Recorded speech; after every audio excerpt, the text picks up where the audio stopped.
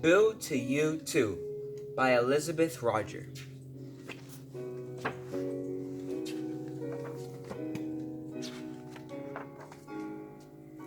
Halloween was coming.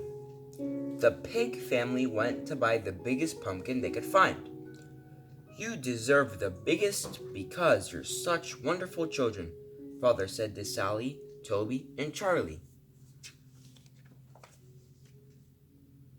There were many pumpkins of all different sizes.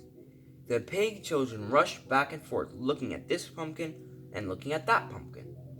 Then Sally squealed, "I found it! Look over here!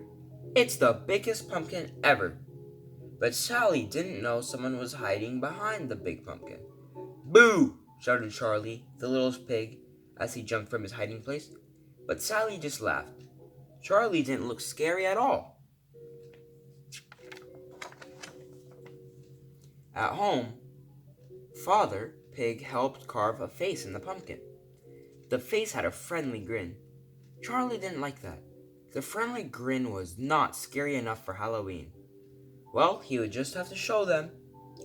Charlie made a mask out of a paper bag. He put the mask over his head.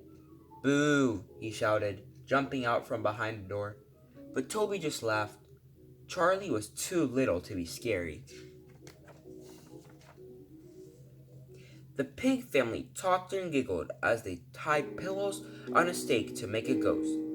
The ghost looked very plump, dressed in a long white sheet. "It's not a very scary ghost," thought Charlie.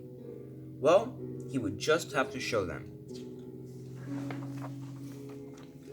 Charlie put a white sheet over himself. Not even his little toes showed, making what he was sure were creepy moans. He tiptoed behind his family, but Charlie couldn't see where he was going. He stumbled over a bush. He stubbed his toe on a root. He bumped into a tree. Ouch! Down he fell to the ground. Mother tried to comfort Charlie. "I want Halloween to be scary," huffed Charlie. "But Halloween is scary," said Toby. "Just you wait and see." Then Halloween came. The little pigs put on their costumes. They were so excited. They could hardly wait to go from door to door, filling their bags with all sorts of goodies. Mother and the children were ready to leave. Charlie looked at the darkness all around. Things looked different from before. The big pumpkin was grinning in a spooky way, and the ghost looked eerie in the moonlight. Shadowy figures lurked here and there. Ghostly lights blinked through the tall trees. Charlie held on tightly to Mother's hand. What fun to go from house to house trick-or-treating. Molly Possum gave them candied apples. Baba Mouse had baked tiny pecan tarts. She gave 2 to each little pig. Even Grumpy Gramps Badger had plenty of fudge to put in their bags. Soon, the bags were filled with goodies.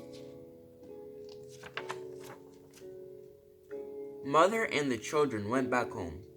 There they found the pumpkin glowing in the dark, and the ghost where they had left it.